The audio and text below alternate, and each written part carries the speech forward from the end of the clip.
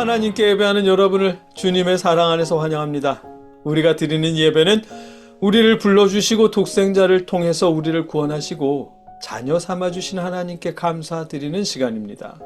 우리에게 계속 이어질 하나님의 은혜를 기대하는 시간이고요. 지난 한 주간 우리에게 있었던 모든 일들을 하나님 앞에 내어놓고 회개하며 조용히 묵상 기도로 예배를 시작하겠습니다.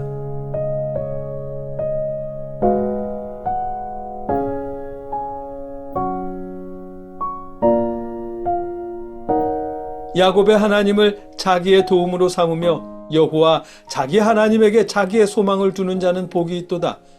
여호와는 천지와 바다와 그 중에 만물을 지으시며 영원히 진실함을 지키시며 억눌린 사람들을 위해 정의로 심판하시며 줄인 자들에게 먹을 것을 주시는 이시로다. 여호와께서는 갇힌 자들에게 자유를 주시는도다. 여호와께서 맹인들의 눈을 여시며 여호와께서 비굴한 자들을 일으키시며 여호와께서 의인들을 사랑하시며 여호와께서 나그네들을 보호하시며 고아와 과부를 붙드시고 악인들의 길은 굽게 하시는도다. 시온아, 여호와는 영원히 다스리시고 내 하나님은 대대로 통치하시리로다. 할렐루야. 아멘. 연약한 자를 보호하시는 하나님, 우리의 연약한 믿음도 지켜주시고 우리의 영적인 눈도 열리게 하시옵소서. 아버지의 사랑에 감사하며 연약한 이웃들을 돌아볼 수 있도록 우리 마음을 주관하여 주시옵소서. 예수님의 이름으로 기도드립니다. 아멘. 찬송하겠습니다. 우리가 부를 찬송은 찬송가 415장 십자가 그늘 아래입니다. 주님이 오신 이유가 무엇인지 생각하며 함께 찬송하겠습니다.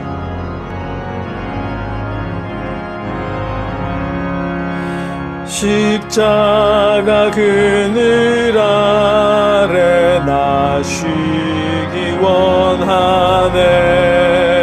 저 햇볕 심히 뜨겁고 또 짐이 무거워.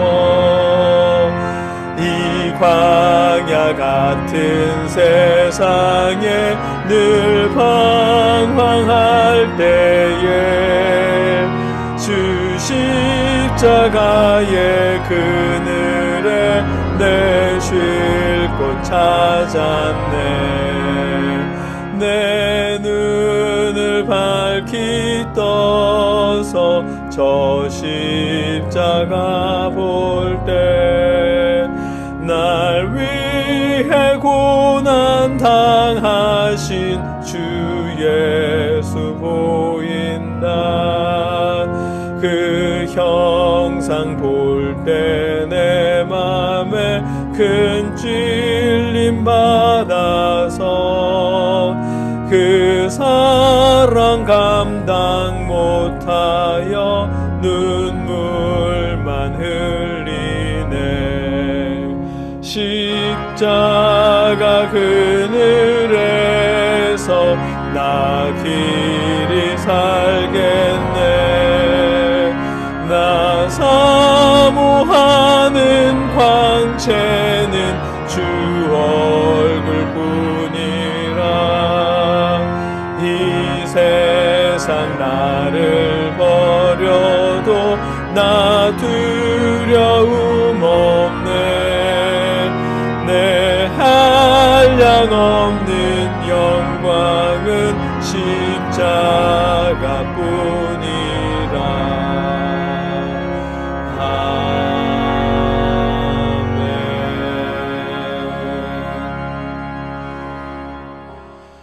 우리와 하나님 사이에는 우리를 대속하신 예수님만 있을 뿐입니다. 우리를 대속하신 주님의 사랑으로 여러분 주변의 연약한 이웃들과 형제자매와 부모님, 선교사님과 개척교회에 물질로 도움을 줄 수 있길 바랍니다.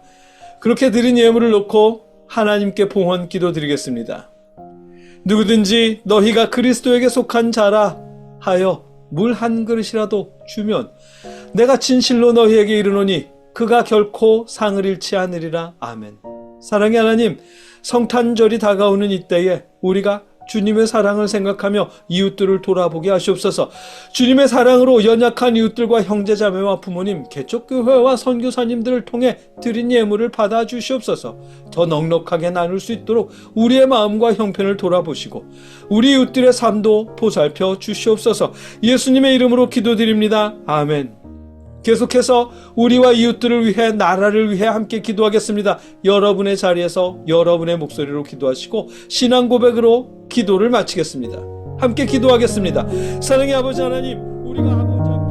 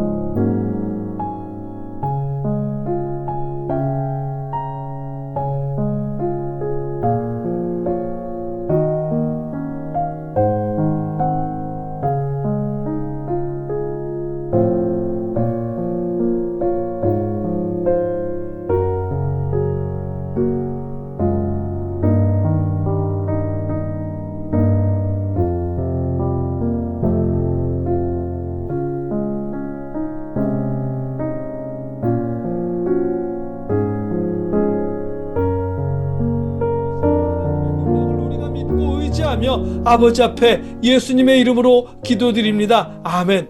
나는 전능하신 아버지 하나님 천지의 창조주를 믿습니다. 나는 그의 유일하신 아들 우리 주 예수 그리스도를 믿습니다. 그는 성령으로 잉태되어 동정녀 마리아에게서 나시고 본디오 빌라도에게 고난을 받아 십자가에 못 박혀 죽으시고 장사된 지 사흘 만에 죽은 자 가운데서 다시 살아나셨으며 하늘에 오르시어 전능하신 하나님 우편에 앉아 계시다가 거기로부터 살아있는 자와 죽은 자를 심판하러 오십니다. 나는 성령을 믿으며 거룩한 공교회와 성도의 교제와 죄를 용서받는 것과 몸의 부활과 영생을 믿습니다. 아멘. 말씀을 나누겠습니다. 오늘 우리가 함께 읽고 묵상하고 나눌 하나님의 말씀은 요한계시록 3장 14절로 22절까지의 말씀입니다. 언제나처럼 제가 받들어 읽겠습니다. 라오디게아 교회의 사자에게 편지하라. 아멘이시오 충성되고 참된 증인이시오 하나님의 창조의 근본이신 이가 이르시되 내가 내 행위를 아노니 내가 차지도 아니하고 뜨겁지도 아니하도다. 내가 차든지 뜨겁든지 하기를 원하노라. 내가 이같이 미지근하여 뜨겁지도 아니하고 차지도 아니하니 내 입에서 너를 토하여 버리리라. 내가 말하기를 나는 부자라 부유하여 부족한 것이 없다 하나 내 곤고한 것과 가련한 것과 가난한 것과 눈먼 것과 벌거벗은 것을 알지 못하는도다. 내가 너를 권하노니 내게서 불로 연단한 금을 사서 부유하게 하고 흰 옷을 사서 입어 벌거벗은 수치를 보이지 않게 하고 안약을 사서 눈에 발라 보게 하라. 무릇 내가 사랑하는 자를 책망하여 징계하노니 그러므로 내가 열심을 내라 회개하라. 볼지어다 내가 문 밖에 서서 두드리노니 누구든지 내 음성을 듣고 문을 열면 내가 그에게로 들어가 그와 더불어 먹고 그는 나와 더불어 먹으리라. 이기는 그에게는 내가 내 보좌에 함께 앉게 하여 주기를 내가 이기고 아버지의 보좌에 함께 앉은 것과 같이 하리라. 귀 있는 자는 성령이 교회들에게 하시는 말씀을 들을지어다. 아멘. 오늘 본문 요한계시록은 예수님의 제자인 사도 요한이 그리스 반모 섬에 유배되었을 때, 그러니까 서기 한 80년 90년경에 기록됐다고 알려진 말씀입니다. 부활하시고 승천하신 예수님으로부터 사도 요한이 전해 들은 종말에 대한 묵시이고요. 그 중엔 7교회들에 대한 말씀도 있었는데 오늘 본문은 그 중에서도 라오디게아 교회를 향한 말씀입니다. 라오디게아 교회는 부유층들의 교회였던 모양입니다. 라오디게아 교회 지역은 지금으로는 튀르키예, 그러니까 터키에 속한 지역인데 그곳은 검은 양털로 만든 명품 옷을 생산하는 곳이었고 유명한 안약까지 생산하는 곳이었답니다. 상업적으로 번창한 곳이었대요. 라오디게아 교회는 그렇게 부자가 된 사람들이 다니는 교회였고요. 근데 그 시대는 기독교가 박해받던 시대였습니다. 그래서 요한계시록을 쓰고 있던 사도 요한도 반모섬에 유배된 거였고요. 그 당시 로마가 강요했던 황제 숭배를 기독교는 거부했거든요. 그래서 박해를 받았는데 라오디게아 교회는, 그 교회 교인들은 박해를 피할 수 있었던 모양입니다. 아마도 대충 그냥 타협했기 때문일 겁니다. 당연하겠죠. 지금 교회에 다니면서 잘 먹고 잘 살고 있는데 황제 숭배를 거부하느라 박해를 받는 게 싫을 거 아니에요. 부자로 사는 걸 포기하면서 박해를 각오하고 황제 숭배를 거부하느니 까짓거 그냥 대충 타협하고 황제 숭배하는 척 흉내만 내면 되는 일이잖아요. 라오디게아 교인들은 그렇게 했던 모양입니다. 아마 진심만 아니면 된다고 생각했을지도 모르겠습니다. 예수님께서야 자신들을 대속하시려고 박해받고 고난당하시고 십자가에 죽으셨지만 그런 고난을 당할 수 있는 건 예수님만 하실 수 있는 일이고, 에이 우리는 못해 라면서 어쩌면 죽기까지 자신들을 사랑하신 예수님이 황제 숭배하는 척 대충 타협한 자신들도 용서하실 거라고 믿으면서 그렇게 타협했을지도 모르겠습니다. 그들에게는 예수님의 십자가 대속하심과 부활과 구원의 복음보다는 지금 당장 순종해서 복받고 부자 되고 좋은 대학 가고 좋은 직장에 높은 연봉을 받을 수 있고 성공하는 방법, 그게 더 중요한 일이었을 테니까요. 그래서 황제 숭배를 비롯해 세상적인 문화와 대충 타협하고 계속 부자로 살면서 만족하며 교회를 다니는 걸 선택했던 모양입니다. 비록 세상과 타협은 했지만 주일 예배 잘 참석하고 헌금 잘 내고 명절 때마다 목사님 선물도 잘 드리면서 그러면 되는 걸 테니까요. 그렇게 타협하면서 살았지만 여전히 사업도 잘 되고 부자로 사는 걸 보면 자신들이 잘못 믿는 것도 아닌 것 같죠?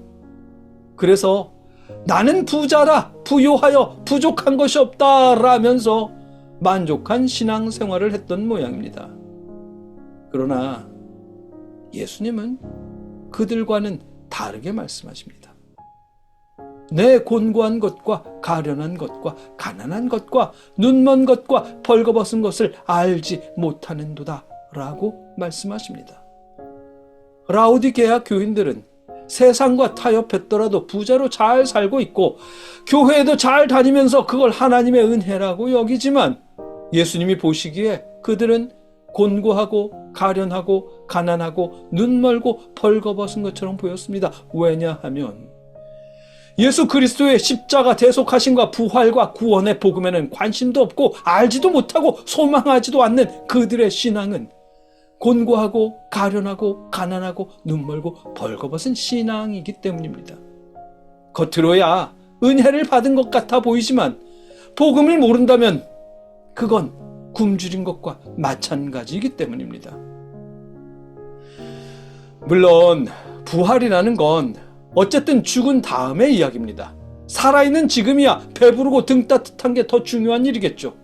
죽은 다음에나 있을 부활이야 있을지도 없을지도 모르는 일이고, 게다가 전부라고 할 수는 없지만 많은 대형교회 목사님들은 지금 당장 부유하게 살면서 그게 하나님의 은혜요, 교회에 충성해서 받는 상이다 라고 가르쳐 주시잖아요.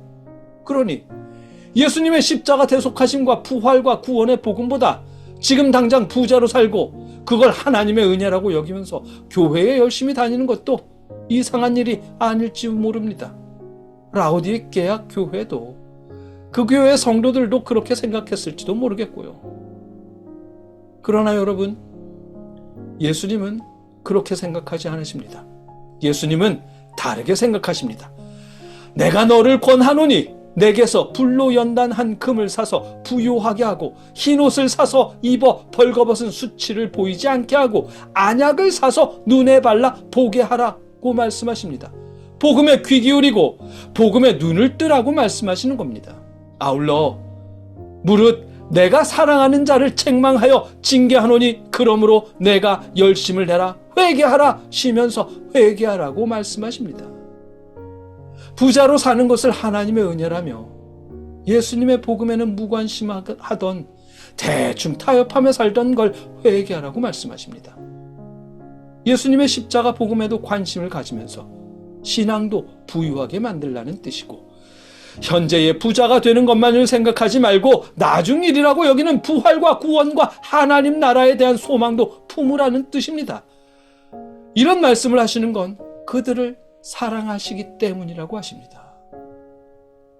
뿐만 아니죠. 이미 교회에 다니고 있는 그들에게, 라오디게아 교회 교인들에게, 볼지어다 내가 문 밖에 서서 두드리노니 누구든지 내 음성을 듣고 문을 열면 내가 그에게로 들어가 그와 더불어 먹고 그는 나와 더불어 먹으리라고 말씀하십니다. 그들은 스스로 교회에 다니면서 하나님의 복을 받아 부자로 산다며 믿음에 만족하고 있겠지만 그들 안에 예수 그리스도의 복음은 없었다는 뜻이겠죠. 그래서 예수님은 그들의 마음을 두드리시는 겁니다. 예수님을 영접하라고 말씀하시는 겁니다. 마음 문을 열어서 십자가에 대속하시고 부활하시고 구원하신 예수님의 복음을 받아들이라고요. 세상과 타협하지 않아서 고난을 당하더라도 그걸 불순종의 결과라며 두려워하지 말라고, 세상 문화와 타협했던 삶을 돌이켜 회개하라고 말씀하십니다. 예수님의 대속하심과 부활과 구원의 복음을 믿으면서 주님과 함께 살자는 겁니다. 이 말씀이 교회에 안 다니는 사람들에게 하시는 말씀이 아닙니다. 교회에 다니는 사람들에게, 그것도 교회에 다니면서 하나님의 은혜로 성공하고 부자가 되었다며 만족하는 성도들에게 예수님께서 직접 하시는 말씀입니다. 부자냐 아니냐, 대형 교회냐 아니냐, 좋은 대학이냐 아니냐, 좋은 직장이냐 아니냐, 이런 외적인 걸로 하나님의 은혜를 판가름하지 마십시오. 하나님의 은혜는 우리가 예수 그리스도의 십자가 대속하심과 부활과 구원의 복음을 믿으며 그것만으로 감사할 수 있다면 그게 바로 하나님의 은혜입니다. 함께 기도하겠습니다. 사랑의 하나님, 예수님의 십자가 대속과 부활과 구원의 복음을 우리가 믿고 감사하게 하시옵소서. 삶의 부유함보다 신앙의 부유함에 더 깊은 관심을 가질 수 있도록 우리 마음을 주관하여 주시옵소서. 예수님의 이름으로 기도드립니다. 아멘.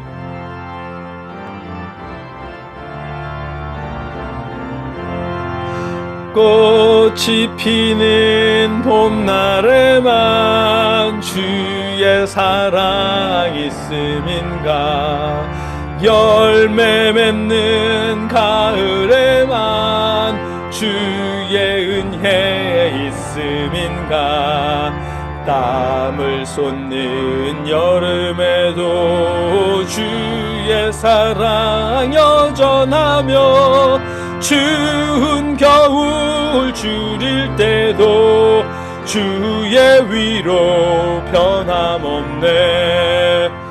이제는 우리를 위해 십자가에 죽으신 예수 그리스도의 크신 은혜와 우리를 구원하시기 위해 독생자를 보내주신 아버지 하나님의 무한하신 사랑하심과 우리에게 믿음을 주시는 성령님의 역사하심이 하나님께 예배하는 모든 자들과 늘 함께 하시기를 주님의 이름으로 간절히 축원하옵나이다. 아멘.